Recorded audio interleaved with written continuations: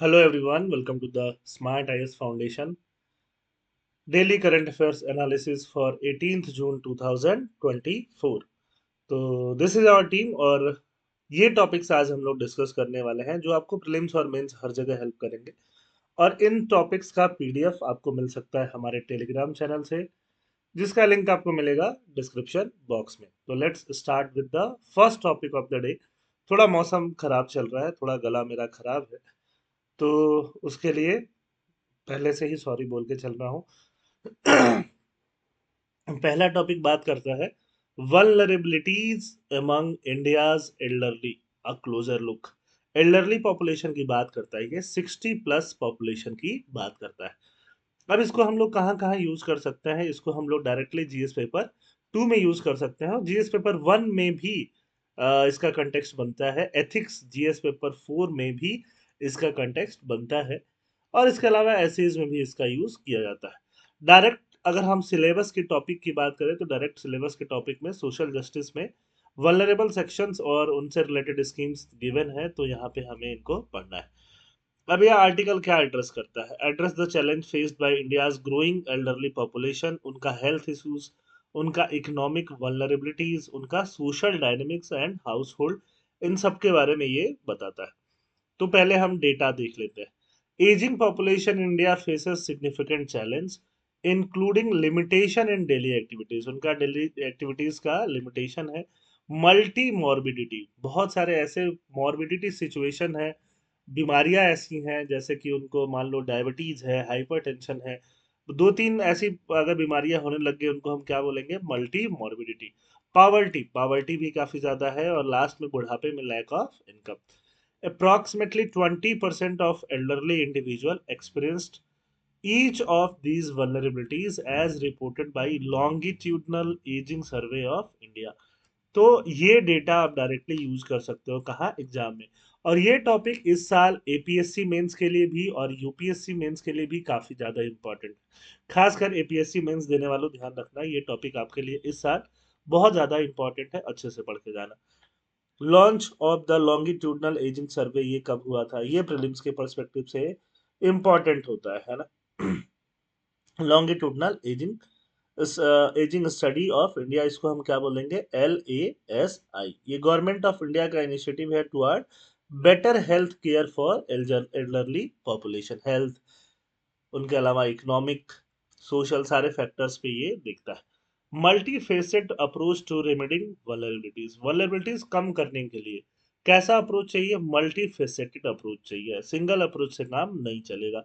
For example, पहला social security के measures चाहिए। मतलब सिक्योरिटी कौन प्रोवाइड करे? सोसाइटी प्रोवाइड करे, उसको बोलते हैं सोशल सिक्योरिटी। सोसाइटी कैसा सिक्योरिटी प्रोवाइड करती है? सोसाइटी जब पेंशन देती है, क्या देती है? पेंशन। सोसाइटी जब इंश्योर करती है regarding ill health, regarding any trouble, financially insure करती है, फूड वूड देती है ना, नेशनल फूड सिक्योरिटी एक्ट। तो इसको हम लोग क्या बोलते हैं? Social security measures. तो जब ये सब सारी चीजें होंगी तो पुअर लोग का भी क्या होगा? इंक्लूजन होने लगेगा। और जो भी पुअर एल्डरली है उनको भी इंक्लूड करो, तो प्रिंसिपल ऑफ इंक्लूजन भी चाहिए। ये एक अप्रोच हो गया जिसको फोकस करना है। Measure must promote life preparatory studies, life के हर स्टेज को प्रिपेयर करने का स्ट्रेटजी लाइफ सिखाए। बियॉन्ड फाइनेंशियल इंडिपेंडेंस, खाली फाइनेंशियल इंडिपेंडेंस नहीं, हेल्दी कैसे रहना है ना, लोग 40s में आके बीमार हो जाते हैं, एक्टिव लाइफ स्टाइल कैसे देना है, और एजिंग जो हो रहा है वो प्रोडक्टिव कैसे हो। India's elderly population faces significant vulnerabilities, including abuse from family, communities, and society at large. Approximately 5% report instances of abuse, which are particularly prevalent among women in rural areas. Abuse के prevalence कितने हैं? 5% है। These vulnerability contribute to diminished quality of life. इससे quality of life क्या होता है? खराब होता है। And highlight the urgent need of enhanced social protection. और social protection क्या होता है? Enhance होता है ना। तो ये सारी चीजें हमें ध्यान में रखनी है और पॉइंट, ये सारा डेटा आप डायरेक्टली मेंशन कर सकते हो एग्जाम में। House hold dynamics and elderly की ये तो बहुत ज्यादा प्रॉब्लम वाली बात नहीं है। हाउस होल्ड का कॉम्पोजिशन चेंज हो रहा है एजिंग पॉपुलेशन की वजह से। जैसे कि मान लो एल्डरली इंडिविजुअल्स एक साथ रह रहे हैं, बूढ़े किसी के बूढ़े पेरेंट्स या बूढ़े बूढ़े ग्रैंड पेरेंट्स ये एक साथ रह रहे हैं, या दो बूढ़े भाई या दो बूढ़ी बहनें है ना एक साथ रह रहे हैं। मेरी ही लैंड लेडी है, वो उनका एज 60 के अराउंड है, वो अपनी मदर के साथ रहती हैं जो 80s में है, लेट 80s में है। तो ये सारी चीजें हैं। This arrangement highlight issue of dependency, dependency का इशू है, डिपेंडेंसी केयर प्रोविजन का इशू है, इंपॉर्टेंस ऑफ सोशल सिक्योरिटी है, फाइनेंशियल प्रोटेक्शन की बात है, किसके लिए, एल्डरली हाउस होल्ड के अंदर है ना, उसका फाइनेंशियल प्रोटेक्शन भी होना चाहिए। कई बार ऐसा न्यूज आता है कि कोई एल्डरली पीपल रह रहे थे, एल्डरली कपल रह रहे थे और उनका मर्डर हो गया। मर्डर क्यों हुआ? क्योंकि चोर चोरी करने आया था, उनको किसी को जगा हुआ पाया तो मार के चोरी करके गहने वहने जो ज्वेलरी वुलरी चोरी करके चला गया। तो ऐसा भी कई बार न्यूज आता है। Challenges beyond individual characteristics. The vulnerabilities faced by elderly individuals are increasingly influenced by household dynamics rather than solely individual characteristics. The shift underscores the need of tailored support system. Support system क्या चाहिए? Tailored चाहिए। Tailored मतलब specific चाहिए, एक generalized नहीं चाहिए। That account for familial and household context. This restructuring emphasizes the need for nuanced approach. बहुत careful approach चाहिए एल्डरली पॉपुलेशन की नीड्स को सपोर्ट करने के लिए। Contrasting current and future elderly, current and future elderly में क्या चेंजेस है? फ्यूचर एल्डरली पॉपुलेशन में बेनिफिट फ्रॉम इम्प्रूव्ड एजुकेशन। अभी जो एल्डरली है 20 ईयर्स बाद जो एल्डरली लोग होंगे उसमें एजुकेशन का डिफरेंस होगा। अभी जो लोग बाद में 20 ईयर्स बाद जो लोग एल्डरली बनेंगे वो लाइफ के लिए पहले से प्रिपेयर्ड हो सकते हैं, इकोनॉमिकली ज्यादा स्टेबल हो सकते हैं। However they may face greater health challenge due to increase longevity and high incidence of chronic illness जैसे मान लो डायबिटीज वगैरह की वजह से और ज्यादा वो प्रॉब्लम फेस करेंगे। The focus on healthy ageing should encompass both current and prospectively elderly. Prospective elderly जो 45 प्लस है, 50 प्लस है, वो भी प्रोस्पेक्टिव एल्डरली है। एक पोटेंशियल शिफ्ट होना चाहिए इनिशिएटिव्स का, है ना, daily living to later early stages of life. Demographic trends and social dynamics क्या है? India's elderly population is projected to reach, ये डेटा है मिड सेंचुरी मतलब अगर हम 2050 तक की बात करें तो पॉपुलेशन 31.9 मिलियन 31.9 करोड़ होने वाला है ओल्ड एज लोगों का, है ना। 3% रेट से एनुअली बढ़ रहा है, जिसमें फीमेल का पॉपुलेशन ज्यादा होगा, क्योंकि मेल जो लोग होते हैं वो बीमारियों से और वजहों से उनका डेथ अगर हो गया हो तो एल्डरली लोगों में फीमेल का रेशियो ज्यादा होगा मेल के रेशियो से, है ना। इसको हम लोग एक और टर्म के नाम से जानते हैं, feminisation of old age. Feminisation of old age के नाम से भी जानते हैं। ये सारी चीजें भी इंपॉर्टेंट होती है जब आप पढ़ते हो। Additionally, a significant portion of elderly women will be widows, while a notable percentage of both gender will reside in rural areas. तो ये सारा स्टैटिस्टिक्स भी काफी इंपॉर्टेंट हो जाता है। Health challenges and disease burden, health challenges क्या क्या है, डिजीज बर्डन क्या क्या है? A quarter of the elderly population in India reports poor health. Quarter of elderly population, जितना एल्डरली पॉपुलेशन है उसमें 25% का हेल्थ बहुत पुअर है, higher than the 20% among those aged 45 and above। 45 and above में भी 20% लोगों का हेल्थ काफी खराब है। क्रोनिक डिजीज जो होते हैं 75% ऑफ एल्डरली को परेशान करते हैं, और 45 से ज्यादा एज वाले को भी 40% लोगों में भी ये डिजीज आपको मिलता है। क्या क्या एल्डरली के हेल्थ प्रॉब्लम्स होते हैं? देखो, हार्ट डिजीज होता है, मेमोरी लॉस होने लगता है ना, गाल ब्लैडर में स्टोन्स होने लगता है, ओबेसिटी होने लगता है, इमोशनली वीक होने लगता है, उनके फैमिलीज, उनके बच्चे किसी और कंट्रीज में किसी और सिटीज में रह रहे होते हैं या सेम सिटीज में भी रह के भी नहीं मिलते हैं। Anaemia, cancer, high blood pressure, diabetes, osteoporosis, हड्डियां जो होती हैं कमजोर होने लगती है, ऑस्टियो अर्थराइटिस, घुटनों में प्रॉब्लम होने लगती है, आंखें कमजोर होने लगती है। ये सारी प्रॉब्लम किसमें होती है? ये एल्डरली प्रॉब्लम्स है। Diabetes and cancer pose significant health threat among the elderly, highlighting the burden of non communicable disease. इससे क्या बढ़ता है? नॉन कम्युनिकेबल डिजीज काफी बढ़ता है। Emerging concerns in mental health and nutrition, mental health issue primarily depression affect 20% of individual above 45 year old। Mental health कितने percent लोगों को इफेक्ट करता है? 20% इंडिविजुअल को, जो खासकर 45 ईयर से ज्यादा एज वाला है। Food insecurity is also prevent among the elderly, food insecurity भी वहां पे है। 6% कंज्यूमिंग इन एडिक्वेट पोर्शन और skipping meals. issue underscores the importance of nutrition in mitigating health risk among the elderly. क्या क्या प्रॉब्लम होता है इनको? Psychological disturbance, anxiety, depression, anger, irritability, poor concentration and indisciplineness, insomnia, रात में सो नहीं पाते, बोर्डम, डिस्पेयर, ये सारी प्रॉब्लम किसमें होती है? एल्डरली में होती है। Awareness and implementation of welfare measures, क्या क्या अवेयरनेस है और क्या क्या इम्प्लीमेंटेशन किया जा सकता है वेलफेयर मेजर्स का, वो जरा हम ध्यान से समझ लेते हैं। Despite existing welfare provision and legal recourse for the elderly, there is alarmingly low awareness. Main problem जो है वो अवेयरनेस भी कम है।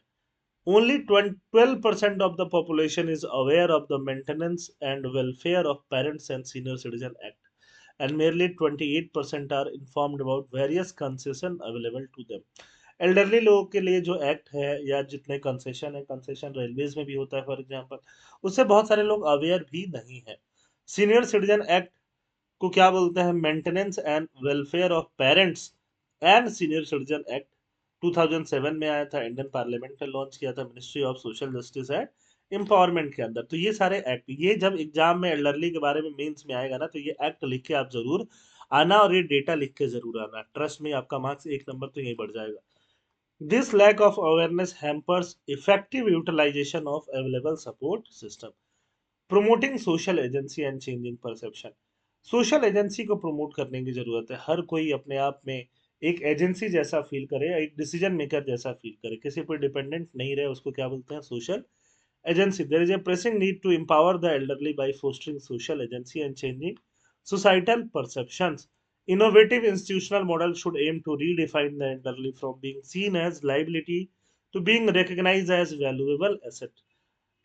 एल्डरली पॉपुलेशन को लाइबिलिटी जैसा लोग देखने लग जाते हैं, उनको वैल्यूएबल एसेट जैसा देखना चाहिए। This paradigm shift is crucial for promoting dignity, उनमें डिग्निटी आएगा, उनका ओवरऑल वेलबींग क्या होगा? अच्छा होगा। Ensuring active and dignified ageing, active and dignified ageing promote करे, effort must focus on ensuring an active and dignified life course for future elderly population.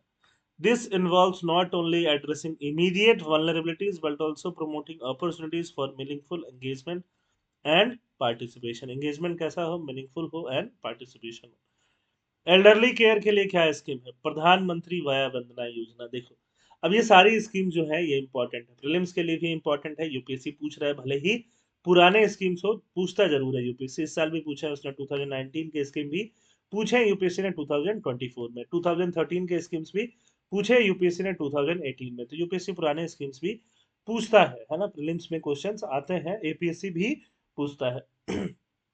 और mains में लिखने के लिए भी ये स्कीम जरूरी है। प्रधानमंत्री वया वंदना योजना में क्या है? प्रधानमंत्री वया वंदना योजना में रेट ऑफ रिटर्न कितना मिलेगा आपको? एनुअल 8%। जो भी एल्डरली पॉपुलेशन है, एल्डरली पॉपुलेशन अगर पैसा जमा कराती है तो उनको रेट ऑफ रिटर्न 8% मिलेगा, है ना। एलआईसी इस स्कीम को मैनेज करती है। Participants make an initial lump sum payment ranging from 1.5 lakh for a minimum monthly pension of Rs 1000 to Rs 750 for a maximum monthly pension of 5000। तो वया वंदना योजना के तहत आप 1.5 लाख से लेकर के 7.5 लाख तक, 7.5 लाख तक पैसा जमा कर सकते हो। 1.5 लाख 1.5 लाख में मंथली पेंशन 1000 रुपये आएगा, यहाँ भी 5000 आएगा, है ना। मंथली, क्वार्टरली, हाफ ईयरली और एनुअली इसको रिसीव किया जा सकता है। वरिष्ठ पेंशन बीमा योजना। वरिष्ठ पेंशन बीमा योजना क्या है?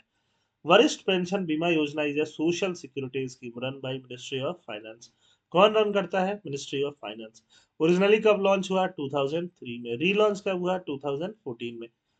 The scheme is design to provide senior citizen with an assured minimum pension and a guaranteed return on the subscription amount. एक मिनिमम पेंशन मिलना चाहिए जो एश्योर्ड हो, और रिटर्न क्या होना चाहिए? गारंटीड भी होना चाहिए। किसके लिए? वरिष्ठ पेंशन बीमा योजना के लिए। राष्ट्रीय वयोश्री योजना। राष्ट्रीय वयोश्री योजना कौन मैनेज करता है? Ministry of social justice and empowerment. खासकर जो एल्डरली पॉपुलेशन है, और एल्डरली पॉपुलेशन में जो कि schedule caste, schedule tribe population है, उनके लिए ये है। उनको हियरिंग डिसेबिलिटीज वगैरह जो हो जाता है, उनको यहाँ से पैसा मिल जाता है। ये सेंट्रली फंडेड स्कीम है, इसको 2016 में एस्टेब्लिश किया गया, है ना। Unclaimed amount from small saving account PPF EPF are transfer to this fund. Vyoshresht Samman. Vyoshresht Samman is a national award presented to distinguished senior citizen and institution in various categories for their contribution. It is conferred on International Day of Older Person observed on October 1st. Indira Gandhi national old age pension scheme, national old age मतलब old age में old age के लोगों को pension दिया जाता है ना। ये कवर होता है नेशनल सोशल असिस्टेंस प्रोग्राम के अंतर्गत। तो देखो ये मैं थोड़ा फास्ट से जा रहा हूँ कि सिर्फ ये स्कीम याद रखोगे और स्कीम्स को डायरेक्टली एग्जाम में आप लिख दोगे जहाँ पे लिखना होगा। इट प्रोवाइड जो नेशनल सोशल असिस्टेंस प्रोग्राम है जो 1990s में इम्प्लीमेंट हुआ, ये क्या क्या प्रोवाइड करता है? सोशल असिस्टेंस प्रोवाइड करता है पुअर हाउस होल्ड को, एल्डरली को भी प्रोवाइड करता है, विडोज को भी, डिसेबल्ड को भी, and families who have lost their primary bread winner सबको प्रोवाइड करता है। ठीक है। Integrated programme for older person के लिए क्या इंटीग्रेटेड प्रोग्राम है? Its main objective to enhance the quality of life for senior citizen by providing essential service, क्या क्या? Shelter, food, medical care and entertainment. Second topic इसके बारे में बात करता है ग्रीन सेक्रेटेरिएट। ये सेक्रेटेरिएट आसाम का सेक्रेटेरिएट के बारे में बात करता है जो ग्रीन हो गया। The article discusses the inauguration and impact of जनता भवन सोलर प्रोजेक्ट इन आसाम। जनता भवन सोलर प्रोजेक्ट जो आसाम में लिया गया है उसके इम्पैक्ट की ये क्या करता है, इनॉग्रेशन की बात करता है। क्या है ये, इसको ध्यान से समझता है। This project with a capacity of 2.5 megawatt, capacity कितना है? 2.5 megawatt, marks Assam first green secretariat, Assam का ये क्या है? First green secretariat, and signifies a significant move towards utilising renewable energy source. और ये रिन्यूएबल एनर्जी सोर्स को क्या करता है? यूटिलाइज करने में हेल्प करेगा, जिससे सोलर एनर्जी, सोलर पावर को डायरेक्टली आप यहाँ पे यूज किया जाएगा। ठीक है, तो ये प्रीलिम्स के पर्सपेक्टिव से भी इंपॉर्टेंट है। जीएस पेपर 5 जो एपीएससी का होता है वहां भी इंपॉर्टेंट है। जीएस पेपर 3 जो एपीएससी एंड यूपीएससी दोनों में है वहां भी इंपॉर्टेंट है। प्रीलिम्स किसका? यूपीएससी का प्रीलिम्स के पर्सपेक्टिव से भी इंपॉर्टेंट है और एपीएससी के प्रीलिम्स के पर्सपेक्टिव से भी इंपॉर्टेंट है। ठीक है, तो इसको डिटेल में देखना शुरू करते हैं। इन्वायरमेंट बेनिफिट क्या होंगे? Average 3 lakh unit electricity per month ये जनरेट करेगा, है ना। इन्वेस्टमेंट कितना लगा है? 12.56 करोड़। तो ये रिकवर भी कर लेगा, project aims to recover within 4 year, 4 साल में ये रिकवर भी कर लेगा सारा का सारा कॉस्ट। 30 लाख मंथली जो है ये सेविंग करेगा। 30 लाख मंथली मतलब एक साल में 3.6 करोड़ का सेविंग करेगा ये प्रोजेक्ट। कार्बन एमिशन का रिडक्शन होगा। The solar plant with a 25-year life span में 25 ईयर है, will reduce 3060 metric tons of carbon emission annually and 76,500 metric tons over its lifetime। इतना लाइफ टाइम में क्या करेगा? कार्बन एमिशन को कम करेगा। Clean energy advocacy, the project highlight the significance of solar power as an eco friendly and cost effective energy source. Eco friendly है, cost effective भी है, और क्या चाहिए फिर? तो ग्लोबल वार्मिंग और क्लाइमेट चेंज से लड़ने के लिए बहुत ही पोटेंट वेपन है। Future plan for renewable energy Assam government के क्या क्या है? पब्लिक बिल्डिंग को एक्सपेंशन करना, पब्लिक बिल्डिंग जिसमें सोलर पैनल, सोलर पावर से चलाया जा सकता है, जिसमें अभी बाकी गवर्नमेंट ऑफिसेज भी हो जाएंगे, स्कूल्स हो जाएंगे, कॉलेज हो जाएंगे, हॉस्पिटल हो जाएंगे, मार्केट एरियाज हो जाएंगे, और पब्लिक यूटिलिटी वॉशरूम्स जो भी है, मार्केट्स और सारी चीजें हो जाएंगी। अपकमिंग प्रोजेक्ट क्या है? Fourth coming 25 megawatt. देखो ये कितना आएगा? 25 मेगावाट का आएगा, नाम रूप में आएगा, एक पॉजिटिव डेवलपमेंट है। ऐसे ही और चीजें आती जाएंगी। जनरल पब्लिक का क्या रोल होगा? Household solar power generate कर सकते हैं general public with significant subsidies from the central government. Household are encouraged to adopt solar panel, potentially reducing the electricity bill by 85%। Stakeholder का participation और ज्यादा क्या होना चाहिए? Active होना चाहिए। Policy changes, ending free electricity for officials, officials के लिए फ्री इलेक्ट्रिसिटी का एंड गवर्नमेंट कर रही है। The state government decision to cease free electricity for the chief minister and official address past wasteful expenditure promoting financial health. क्योंकि ये लोग, इन लोग को ऑलरेडी सैलरी वैलरी मिलता ही है, तो इलेक्ट्रिसिटी का बिल ये लोग खुद भरे। Assam solar energy potential, scientific assessment क्या कहता है? Assam solar energy potential ranging from 4.4 kilowatt hour to 5.6 kilowatt hour per square metre per day. एक स्क्वायर मीटर एरिया में एक दिन में ये इतना पोटेंशियल है आसाम में सोलर एनर्जी का। गवर्नमेंट इनिशिएटिव क्या है? With substantial subsidies and with the from the central government, state government need to proactively drive the transformation towards solar energy. तो पहला स्टेप लिया जा चुका है, आगे और भी फ्यूचर स्टेप ऐसे लिए जाएंगे। थर्ड टॉपिक क्या है, डायरेक्ट सीडिंग ऑफ राइस। तो ये आ जाएगा एग्रीकल्चर जो जीएस पेपर 3 है, और ज्योग्राफी जो जीएस पेपर 1 का पार्ट है। यूपीएससी एग्रीकल्चर में बहुत ज्यादा इंटरेस्टेड रहता है। 2020 में यूपीएससी ने धागा खोल दिया, पूरा एकदम क्वेश्चन भर दिए उसने एग्रीकल्चर से, है ना। बहुत सारे क्वेश्चन थे एग्रीकल्चर से पूछे उसने। अभी उसने एग्रीकल्चर क्वेश्चन अचानक से कम कर दिए, तो ऐसे ही यूपीएससी चेंजेस को बहुत ज्यादा फ्लक्चुएट कर लेता है।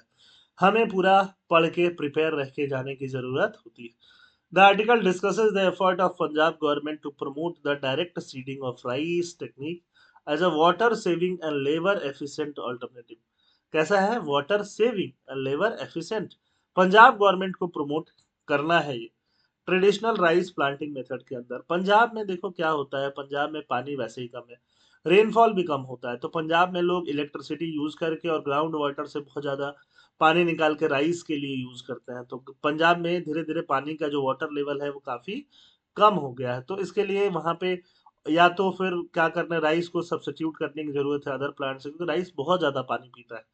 Water guzzling plant, water intensive crop इस राइस को बोलते हैं। या तो फिर राइस को ही कल्टीवेट करना है तो दूसरा मेथड लेना पड़ेगा, जिसमें मेथड जो इम्पोर्टेंट है, जो वाटर को इंटेक को कम करता है, उसको क्या बोलते हैं, डायरेक्ट सीडिंग ऑफ राइस। तो इसको समझते हैं। ट्रेडिशनल मेथड क्या है, फार्मर्स प्रिपेयर नर्सरीज, नर्सरीज में सीड्स ले गए और वहां बहुत सारे ऐसे ऐसे छोटे छोटे पौधे आ गए, है ना। अब इन पौधों को निकाल लिया जाता है और इनको रीट्रांसप्लांट ऐसे किया जाता है। ठीक है, ये ट्रेडिशनल मेथड होता है ना। और कहाँ पे, फ्लडेड लैंड में, जहाँ पे पानी पानी पानी पानी ऑलरेडी होता है बारिश के टाइम में, देखो ऐसे जाके उनको क्या कर दिया जाएगा, रीप्लांट दूर दूर पे थोड़ा कर दिया जाएगा। तो इसमें लेबर भी ज्यादा चाहिए और पानी भी ज्यादा चाहिए।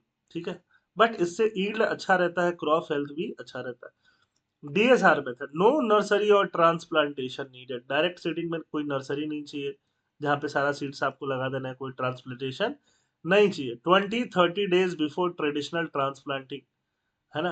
Paddy direct seeds are directly sown. Field का preparation, irrigate and laser level the field. Field का प्रिपरेशन भी पहले से कम चाहिए। सीड का ट्रीटमेंट कैसे किया जाता है, सोक सीड इन फंगीसाइड सॉल्यूशन। जहां पे फंगस नहीं लगे वैसे सॉल्यूशन में सीड्स को सोक किया जाता है 8 आवर्स के लिए, and dry for half a day, half a day के लिए ड्राई किया जाता है सोइंग के पहले। इरिगेशन शेड्यूल क्या है, first irrigation 21 days after sowing, 21 days, followed by 14-17 rounds at 7-10 days interval। every 7-10 days 14-17 round देना पड़ता है। फाइनल इरिगेशन हार्वेस्ट के 10 डेज पहले देना पड़ता है, तो ये इरिगेशन देना पड़ता है। लेकिन ट्रेडिशनल मेथड में क्या इरिगेशन चाहिए, 25 से 27 इरिगेशन ट्रेडिशनल मेथड में चाहिए। जैसे देखो, बिहार में नेचुरली बारिश होता है, यूपी में बहुत होता है, असम में बहुत होता है, वेस्ट बंगाल में होता है। तो और यूपी के कौन से वाले रीजन में, ईस्टर्न यूपी वाले रीजन में, तो यहाँ पे राइस का ट्रेडिशनल मेथड का प्लांटेशन सिस्टम चलता है। पंजाब में इतनी बारिश नहीं होती, इतना रेनफॉल नहीं होता, तो इरिगेशन का सपोर्ट काफी लेना पड़ता है ना। तो अगर इरिगेशन का सपोर्ट लेना पड़ता है तो डीएसआर पे शिफ्ट कर जाना ज्यादा इंपॉर्टेंट होगा। बेनिफिट ऑफ डीएसआर, वाटर कंजप्ट तो होगा ही, 15-20% ही हो बट जरूर होगा। सोचो, पर किलो ऑफ राइस के लिए कितना वाटर लगता है, 3600 to 4125 लीटर, तो कितना पानी लग रहा है ना। डीएसआर में लेबर भी कम चाहिए। डीएसआर क्रॉप मैच्योर भी 7-10 डेज अर्ली हो जाएगा, तो पहले क्रॉप कटिंग हो जाएगा, क्रॉप कटिंग। अच्छा, अब मान लो डीएसआर प्लांट ये लग गया, है ना, 7 से 10 दिन पहले डीएसआर प्लांट को काट लिया गया। अब उसके बाद क्या लगाना है, उसके बाद से अब गेहूं लगाना है ना। गेहूं मतलब वीट, वीट को लगाना है, वीट लगाना है, और ये एक रबी क्रॉप होता है। तो यही वो टाइम होता है, राइस का कटिंग हो गया। राइस कटिंग के बाद पंजाब हरियाणा के फार्मर क्या करते हैं, जो नीचे बच जाता है ना, जो इसका अवशेष बच जाता है, इसको क्या करते हैं ये लोग, जला देते हैं। स्टबल जिसको हम लोग बोलते हैं, स्टबल बर्निंग ये लोग कर देता है, और इससे पूरा इलाका धुआं धुआं हो जाता है। और ये धुआं धुआं दिल्ली तक पहुंच जाता है, दिल्ली में पॉल्यूशन बहुत लेवल पे बढ़ जाता है, और पंजाब और हरियाणा में भी बढ़ा रहता है। तो अगर 7 डेज 10 डेज पहले ही जो क्रॉप मेच्योर होने लगेगा तो शायद जलाने की नौबत इतनी नहीं आएगी, दूसरे तरीके का यूज लिया जा सकेगा। जलाने का काम, स्टबल बर्निंग काम इसलिए भी होता है, टाइम कम रहता है, जला देने पे एक दिन में ही सारी चीजें हो जाती हैं, और नेक्स्ट क्रॉप वीट वगैरह को फिर वहां पे लगाया जा सकता है ना। तो इसका डायरेक्ट फिर फायदा पॉल्यूशन कंट्रोल में भी हो जाएगा। Current adoption rates despite government incentive to RS 1500 पर एकड़, DSR एडॉप्शन जो है वो क्या है, लो है। लास्ट ईयर ओनली 1.73 लाख एकड़ ऑफ द 79 लाख एकड़ under paddy cultivation in Punjab used DSR। Government target of 7 lakh acre under DSR this year represent less than 10% of Punjab total acres। तो ये बताता है ये पंजाब की गवर्नमेंट कितना पैसा दे रही है। तो ये जो है ये बहुत ज्यादा सिग्निफिकेंट जो है एग्जाम में लिखने के लिए बहुत ज्यादा नहीं है।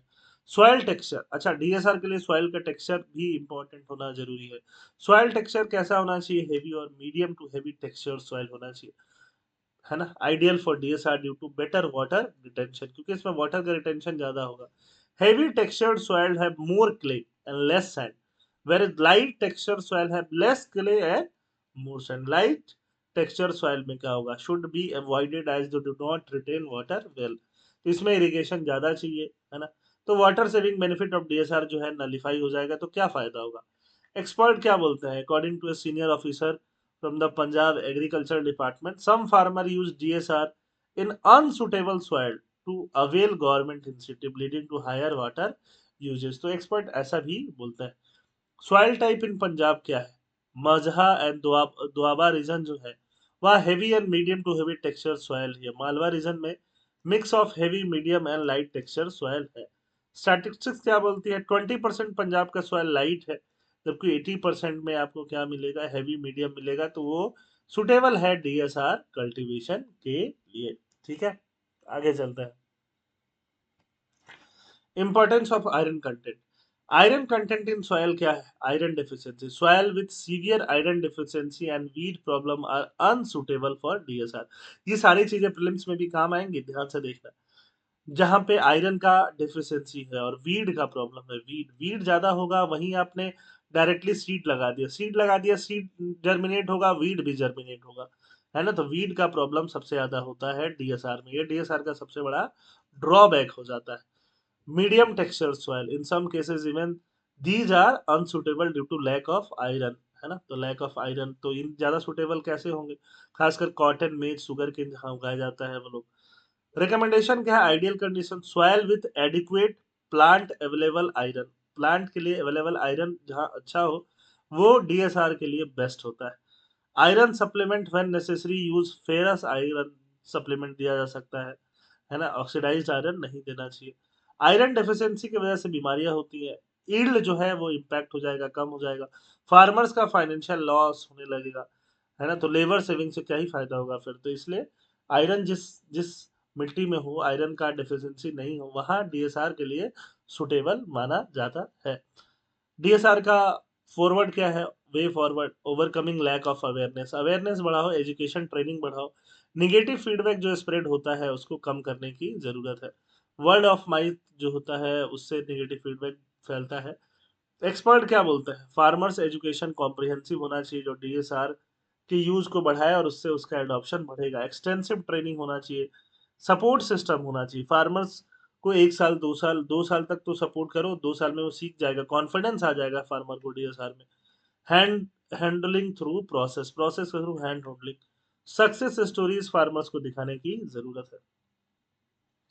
Fourth topic of the day क्या है, India's evolving trade policy landscape embracing global opportunities. India का ट्रेड पॉलिसी लैंडस्केप क्या है, ग्लोबल अपॉर्चुनिटीज कैसे बढ़ रहे हैं, इंडिया उसको कैसे इम्ब्रेस करेगा।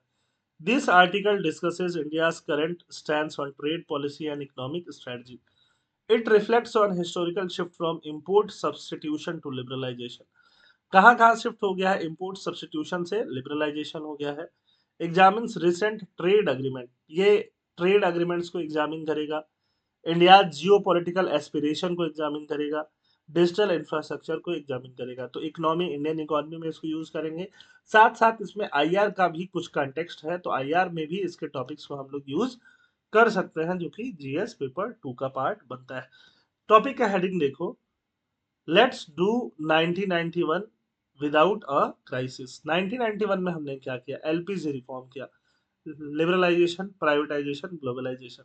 तो वैसा ही इकोनॉमिक रिफॉर्म हमें फिर करने की जरूरत है। बिना क्राइसिस के। उस समय तो हमें क्राइसिस ने बोला कि इकोनॉमिक रिफॉर्म करना चाहिए, अभी ऐसा कुछ क्राइसिस नहीं है। Trade policy council post election, this advice emphasized the need for increase trade to match the success of East Asian countries. हमारा ट्रेड बढ़े, जैसे कि हम ईस्ट एशियन कंट्रीज जो कि जापान है, जो कि साउथ कोरिया है, इनको मैच कर सके, कॉम्पिटिटिवनेस को मैच कर सके। ग्लोबल इकोनॉमिक कंटेक्स्ट क्या कहता है? Shift in trade policy thinking लोगों का शिफ्ट हो चुका है, कंट्रीज का शिफ्ट हो चुका है। 2008 में ग्लोबल फाइनेंशियल क्राइसिस आया, कोविड आया, यूरोजोन मतलब यूरोप का जो यूरोजोन है उसमें इकोनॉमी में स्ट्रगल्स आए। तो लोग इसके बाद ग्लोबलाइजेशन, जो कंट्री जो है ग्लोबलाइजेशन से दुखी होने लगी और सेल्फ रिलायंस पे फोकस करने लगी, प्रोटेक्शनिज्म, अपनी कंट्री को प्रोटेक्शन देने पे ज्यादा फोकस करने लगी। This shift contrast with earlier approaches favouring openness. पहले क्या था? ग्लोबलाइजेशन में ओपननेस था, इंटीग्रेशन था, ग्लोबल वैल्यू चेन्स का, कि कहीं पे कोई एक पार्ट बन रहा है, दूसरा पार्ट किसी और कंट्री में, तीसरा पार्ट इंटीग्रेट असेंबल चौथे पार्ट में हो रहा है, उसका मैन्युफैक्चरिंग और असेंबल होके पांचवें कंट्री में वो बिक रहा है। तो ऐसे एक ग्लोबल वैल्यू चेन बनता था पहले कंट्रीज में, पहले के टाइम पे। अब जो कंट्रीज हैं वो प्रोटेक्शनिज्म की तरफ जा रही है। अभी का जो ट्रेंड है वही है। इंडिया को क्या करना चाहिए?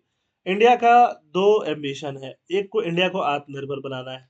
आत्मनिर्भर बनाने का मतलब होता है कि हम इंपोर्ट जो है नहीं करें, या इंपोर्ट बहुत कम हो जाए, हमारा बहुत कम, और एक्सपोर्ट भी बढ़ाना है, एक्सपोर्ट को भी बढ़ाना है। तो ये टू फोल्ड हमारा चैलेंज है, दोनों ही है।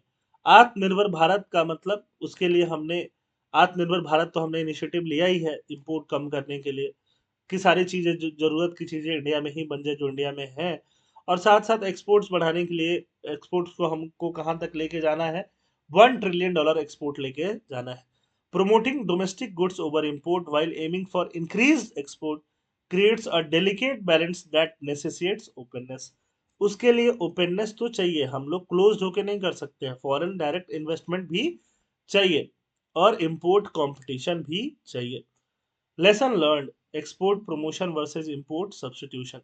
India has learned from experience that export promotion and import substitution are conflicting policies. India ने ये लेसन लर्न किया है कि एक्सपोर्ट का जो प्रमोशन है और इंपोर्ट का सब्स्टिट्यूशन है, ये पॉलिसी कन्फ्लिक्टिंग है, कि हम अपना एक्सपोर्ट खूब प्रमोट कर रहे हैं, खूब बाहर की कंट्रीज को कोई गुड्स बेच रहे हैं, और इंपोर्ट जो है वो कम कर रहे हैं और खुद ही अपना मैन्युफैक्चर कर ले रहे हैं। ये दोनों जो है थोड़ा कन्फ्लिक्ट में रहता है। इंपोर्ट एक्सपोर्ट थोड़ा एक साथ बढ़ने वाली चीजें ज्यादा है ना? तो इंडिया को एक बैलेंस क्रिएट करना होगा। पैंडेमिक ने क्या इम्पैक्ट किया? पैंडेमिक ने ग्लोबल वैल्यू चेन को क्या कर दिया? हैम्पर कर दिया, डिसरप्ट कर दिया, क्योंकि बहुत सारे कंट्रीज का एक दूसरे से कनेक्शन टूट गया, है ना? तो एक एक वैल्यू चेन, एक सप्लाई चेन टूट गया। However achieving this diversification come with short term cost. अगर इंडिया को अपना ये डाइवर्सिफाई करना है, इंपोर्ट बास्केट जहां जहां से इंपोर्ट करता है इन चीजों को, तो इसमें हमारा शॉर्ट टर्म कॉस्ट भी आएगा, बट लॉन्ग टर्म पे हमें क्या मिलेगा? उसका बेनिफिट मिलेगा। इंडिया ने क्या क्या स्ट्रेटजी अडॉप्ट की है वो जल्दी जल्दी समझ लेते हैं। इंडिया ने स्ट्रेटजी अडॉप्ट की है production linked incentive, for example semiconductor है, और ऐसी बहुत सारी इंडस्ट्रीज हैं जिसके लिए इंडिया प्रोडक्शन लिंक्ड इंसेंटिव दे रहा है, कि मतलब सेमीकंडक्टर इंडस्ट्री जितना प्रोडक्शन करेगी, उस इंडस्ट्री को, उस कंपनी को उतना ही इंसेंटिव मिलेगा टैक्स में और अदर चीजों में, जिससे लोकल मैन्युफैक्चरिंग क्या हो? बूस्ट हो। These initiative aim to enhance local capacity, इससे लोकल कैपेसिटी बढ़ रहा है। Strategic strategic decision existing RCEP and domestic concern. India's decision to exit negotiation for the RCEP was influenced by concern over trade deficit. हमारा concern किसके ऊपर था? Trade deficit के ऊपर था, चाइना से। आरसीईपी समझ लो क्या है? आरसीईपी का फुल फॉर्म होता है रीजनल कॉम्प्रिहेंसिव इकोनॉमिक पार्टनरशिप। ये एक पार्टनरशिप है, इन कंट्रीज के साथ ये क्या है? पार्टनरशिप। इस पार्टनरशिप में, जब ये यूपीएससी प्रीलिम्स का भी पूछा हुआ क्वेश्चन है कि आरसीईपी में कौन कौन सी कंट्रीज है, यहाँ पे जो कंट्रीज मेंशन है वो सारी किसकी मेंबर है? आरसीईपी की। ये याद रखना बड़ा ही आसान हुआ करता है। देखो ये एक रीजन है, ये सारी कंट्री एक रीजन से इंटीग्रेटेड है। इस रीजन में इंडिया भी हुआ करता है, बट इंडिया इसका मेंबर नहीं बना। क्यों इंडिया इसका मेंबर नहीं बना वो समझ लेते हैं।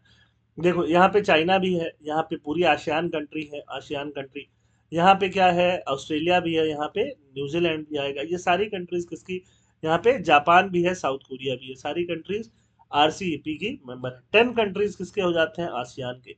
ऑस्ट्रेलिया और न्यूजीलैंड कितने कंट्रीज हो गए? 12। चाइना कितना कंट्री हो गया? 13। जापान 14 और साउथ कोरिया 15। टोटल 15। इंडिया होता तो कितनी कंट्रीज होती? 16 कंट्रीज होती।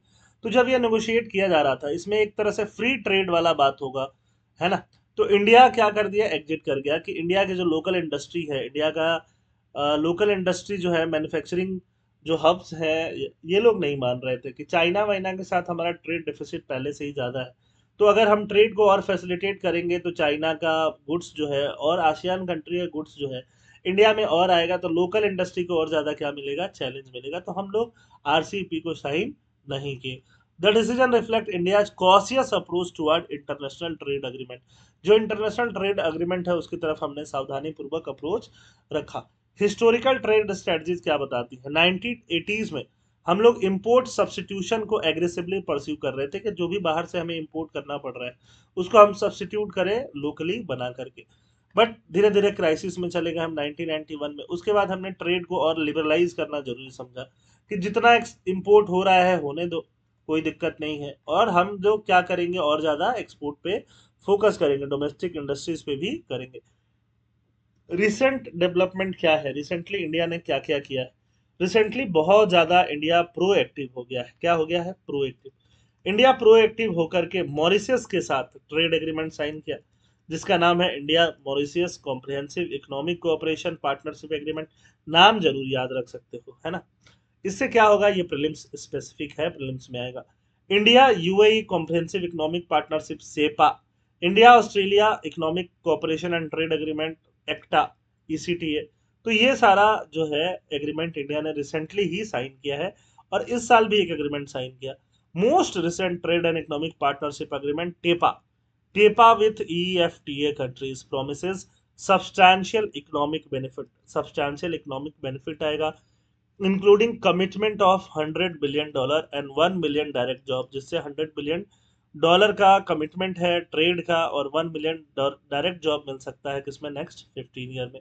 अब ये जान लो कि हमने ये trade and economic partnership agreement TEPA जो साइन किया वो किसके साथ साइन किया? EFTA कंट्रीज के साथ। EFTA कौन है?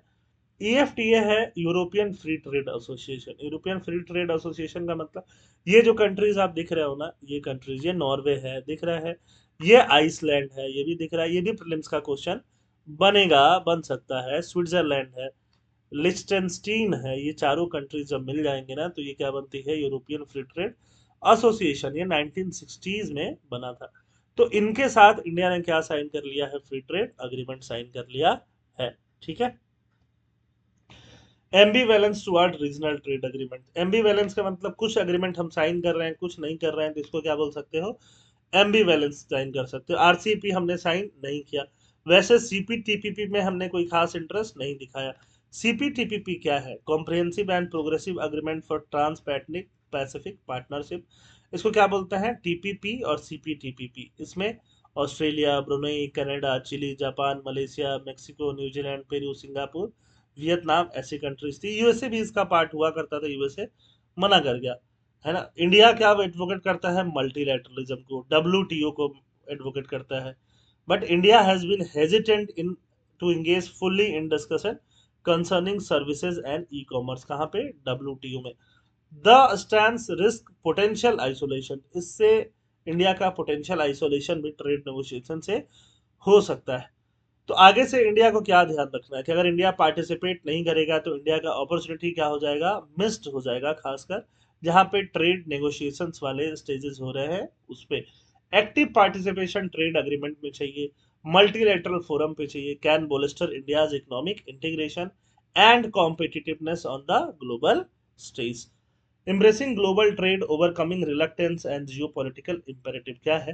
Recognition of strategic imperative. India acknowledges the significance of expanding its presence in global market, evident through initiative like Make in India. However, full potential of such program could be unlocked through bilateral trade agreement. Bilateral trade agreement होगा तभी full potential क्या होगा? Unlock होगा, है ना? A step hindered by India's cautious stance toward regional trade agreement driven partly by concerns over competition from China China के साथ competition भी हमारा रहता है, तो हमें मेक इन इंडिया वगैरह पे तो फोकस करना ही पड़ेगा। हमें G20 पे हमने फोकस किया, हमें एक पिवोटल प्लेयर के रूप में अपने आप को स्टैब्लिश करना है। मैन्युफैक्चरिंग हब अभी आप देखोगे क्या है, चाइना है। चाइना के अलावा क्या है, वियतनाम है, कंबोडिया है, बांग्लादेश। जो शर्ट आप अभी पहने हुए होगे, हो सकता है कि मेड इन बांग्लादेश हो, आप निकाल के देख लो अभी कभी, है ना। तो मैन्युफैक्चरिंग हब इंडिया को इनका एक ऑल्टरनेटिव बनना है। while this shift underscores India's evolving role, it contrasts with earlier comparison to China and emphasizes the need for proactive economic strategies. हमारा इकोनॉमिक स्ट्रेटजी प्रोएक्टिव होना चाहिए। 1991 के पहले हम लोग प्रोटेक्शनिस्ट टेंडेंसी से जूझ रहे थे, तो वैसा टेंडेंसीज को हमें अवॉइड करना है। हमारे ग्लोबल मार्केट के लिए अपने मार्केट को ओपन करके रखना है। एक्सपोर्ट ग्रोथ पे फोकस करना है, एफिशिएंसी बढ़ाना है, कॉम्पिटिटिवनेस बढ़ाना है डोमेस्टिक मार्केट में। हाँ, डोमेस्टिक जो भी इंडस्ट्रीज हैं वो अच्छा क्वालिटी का प्रोडक्ट बनाए, कम कम पैसे में बनाए। Addressing these challenges is essential to facilitate labour intensive manufacturing address होगा, और जॉब क्रिएशन जो है वो इससे बढ़ेगा। डिजिटल पब्लिक इंफ्रास्ट्रक्चर जो भी हमने बनाया है, डिजिटल पब्लिक प्लेटफॉर्म, है ना, जो भी अगर हम बात कर रहे हैं, यूपीआई वगैरह की बात करते हैं, सॉफ्ट पावर की बात करते हैं, तो इससे हमें फायदा हो रहा है। Akin to China's Belt and Road Initiative in impact, position India favorably on the global stage। जो भी हमारा डिजिटल पब्लिक इंफ्रास्ट्रक्चर है, चाइना का क्या है, बीआरआई है, तो हमारा भी एक ग्लोबल पोजीशन पे यूपीआई वगैरह लेके जाता है। Caution is needed to ensure flexible adaptation and avoid rigid structure that limit its potential। Caution, सावधानी की जरूरत है, हर जगह होती है, नया क्या। Strategic economic shift to start, ये सारा आप कंक्लूजन में डाल सकते हो। To assert itself as a rule shaping entity, India को कैसा बनना है, rule shaping. India must unequivocally embrace global market। This entail moving beyond rhetoric to substantive action। सिर्फ बात नहीं करना है, वॉक द टॉक करना है। Ensuring economic policies align with global trade, subsidising job creation over industry protection. Industry protection के ऊपर job creation को सब्सिडाइज करना है, जिससे कि इकोनॉमिक ग्रोथ आएगा। एम्प्लॉयमेंट चैलेंज को हम लोग इफेक्टिवली क्या कर सकते हैं, एड्रेस कर सकते हैं। India stands eight a critical juncture. 1991 की तरह इंडिया एक क्रिटिकल जंक्चर तक खड़ा है। क्या हमें क्राइसिस का वेट करना चाहिए? बिल्कुल नहीं करना चाहिए। हमें ओपननेस दिखाना चाहिए। India can enhance its global competitiveness, foster sustainable economic growth and consolidate its position as a key player in the global economic landscape. I hope आपको सारी चीजें समझ में आई होंगी। Thank you. जय हिंद।